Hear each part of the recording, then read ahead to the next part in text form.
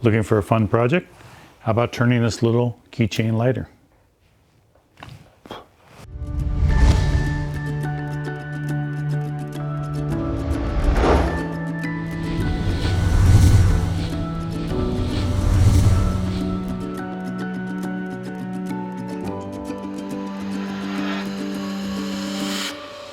Okay, so this is a nice little fun project. It's a keychain lighter.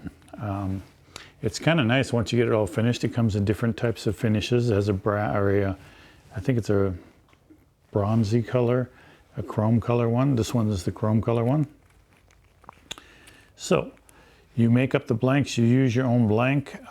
This particular blank that I used on this one is out of choya and resin. And once I got the blank made, I'll show you how I went about drilling it out and getting it on the lathe. Now normally I start by cutting my blanks in half to the proper size, but because the top of the lighter is so thin, I decided to drill the hole out from the entire blank. Now this is a rather large bit for this hole here, so it does take a little bit of work, and I decided to try and use it on my lathe this time. Normally I use drill press, but because the bit was so large and required so much hogging out of the blank, I wanted to do it on the lathe, which I think gives a little more control and lines it up just a little bit better. With the holes drilled out on the blanks, the next thing I did was cut the blanks to size. And as you can see, the top is a rather short piece, and these are rather large holes in the blanks. So just like when working with a pen, the next step is to put the bushing inside the blanks, glue that in, and for this I use 5-minute epoxy. I wanted to use epoxy because I think it gives a better bond, and again, it's a rather large hole, so I wanted to make sure everything bonded correctly. Now that the epoxy is cured inside the pins with the blanks, I take it on over to the drill press, and I'm using the pin mill kit to make sure that the edges are 90 degrees to the pin inserts, which is extremely important when turning because you want to have a nice flat edge when you add all the other pieces onto it.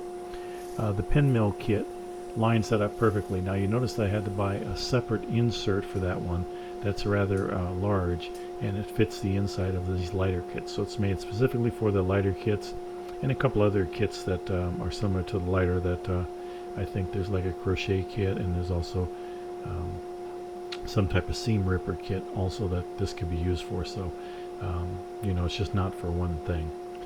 But I just use my pin vise, line it up in there, and I don't clamp the pin vise down. I line it up so that everything fits in there correctly, and then I hold the pin vise and come on down with the mill. I find that this aligns it up at least both left and right and forward and backwards correctly, instead of trying to clamp it down and getting it to precisely go down into it. Now the lighter blanks are all set up and ready for the lathe, and the first thing I do is rough them down to size. Now of course the lighters have their own bushing set that you know, is designed to fit the lighter hardware with it, and it's exactly the same process as if you ever done a pin. This is the same process for getting this down. Now I use a roughing gouge at first, and then move on to a carbide turning tool when I get it down close, because this is going to give me a little bit better finish on it.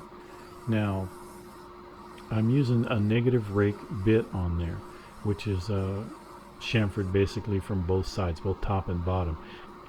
This chamfered edge gives a relatively clean cut onto the resin blank. As I get a little bit closer towards the center, I really narrow down my cut. I don't get as aggressive, and I take nice light cuts.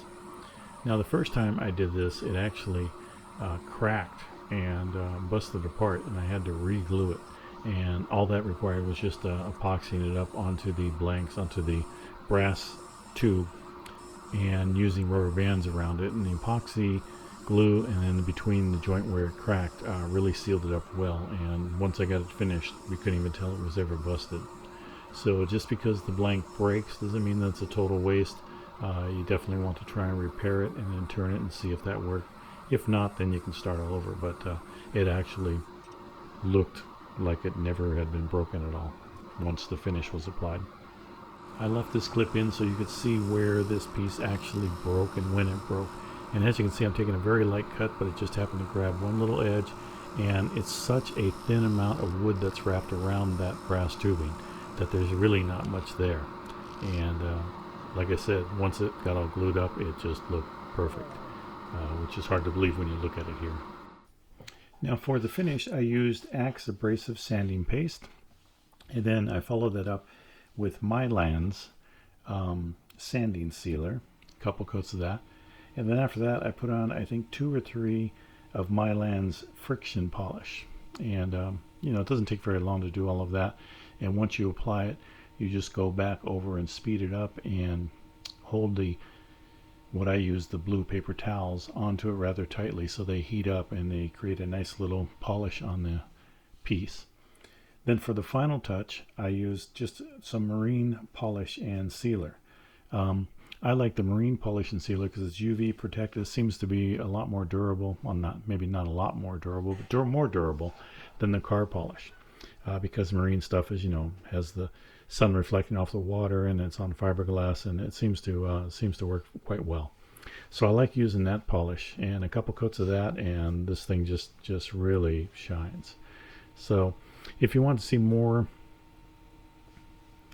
finish videos on pen finishing, I do have a complete set there, and I'll try to put some links here so that you can follow them and look at how I do the same type of finish that I put on pins is the exact same type that I use on this particular lighter set. Now comes the time for assembly, and assembly is very similar to assembling a pen. You know, you have the cap and you have the bottom, and you have 2 screw inserts that go in so that the cap can screw onto the lighter assembly.